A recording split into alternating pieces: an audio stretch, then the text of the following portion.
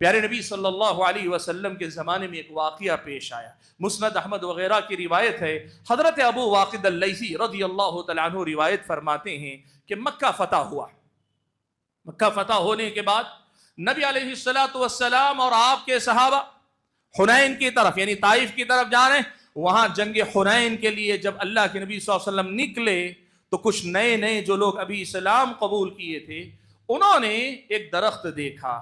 بعض روایتوں سے معلوم ہوتا ہے کہ وہی درخت دیکھا جس کا تذکرہ آئے گا، یا یہ کہ کوئی عام درخت دیکھا۔ درخت کیا تھا؟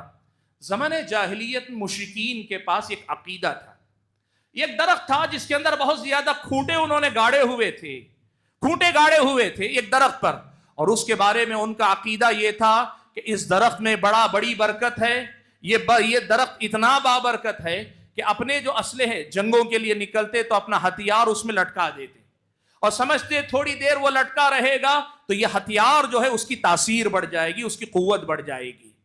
اسے ذات و انوات کہتے ہیں، کھوٹے دار درخت۔ مشرکین مکہ زمانے جاہلیت میں اپنے ہتھیار اس درخت پہ لگاتے تھے۔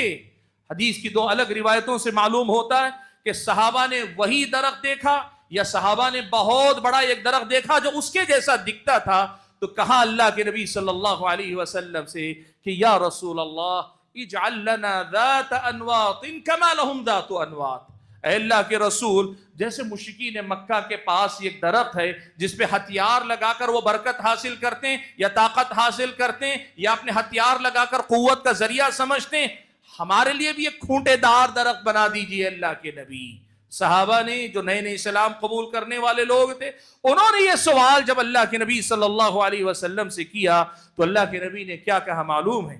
اللہ کے نبی نے کہا واللہ لقد قلتم کما قالت بنو اسرائیل لموسیٰ، اللہ کی قسم تم نے بالکل ویسی بات کہی ہے جیسے بنی اسرائیل نے حضرت موسیٰ سے کہی تھی۔ اور بنی اسرائیل نے کیا کہا تھا؟ اجعل لنا الہا کما لہم آلہہ۔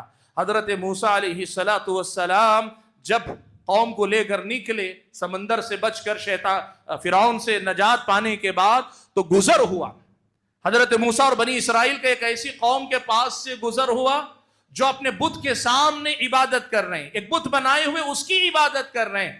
تو بنی اسرائیل نے حضرت موسیٰ علیہ السلام سے کہا کہ اجعل لنا الہا کما لہم آلہہ، اے موسیٰ جس طرح آنکھوں کو دکھائی دینے والا سامنے نظر آنے والا ایک معبود ان کا ہے، ہمارا بھی ایسا ایک آنکھوں کے سامنے دکھانے والا معبود بنا دیجئے۔ سبحان اللہ، اللہ نے توحید پہ رکھا ہے، شرک اور بت پرستی کا مطالبہ کر رہے ہیں۔ اللہ تعالیٰ نے ان کو حضرت موسیٰ کے ذریعے ڈانٹ پلائی۔ اللہ کے نبی نے اس واقعے کی یاد دلاتے ہوئے کہا جس طرح بنی اسرائیل نے بت پرستی کا مطالبہ کیا تھا، درخت برکت کے لیے تمہارا مانگنا بالکل ویسا ہی مطالبہ ہے جیسے انہوں نے ایک بت کا مطالبہ کیا تھا۔ اللہ کے بندوں، پیارے نبی صلی اللہ علیہ وسلم کی اس حدیث میں ہمارے اور آپ کے لیے سیکھنے سمجھنے کی بڑی اہم باتیں۔ سب سے پہلی بات تو یہ، اللہ کے نبی صلی اللہ علیہ وسلم نے غیر اللہ سے تبرک حاصل کرنے کو شرک قرار دیا۔ اللہ کے نبی نے کیا کہا؟ تم نے ویسا ہی مطالبہ کیا جیسے بنی اسرائیل نے موسیٰ سے مطالبہ کیا تھا، اور سوال کیا ان کا مطالبہ کیا تھا؟ اجعل لنا الہا کما لہم آلہہ، ہمارے لیے بھی خدا بنا دیں جیسے ان کے خدا ہیں۔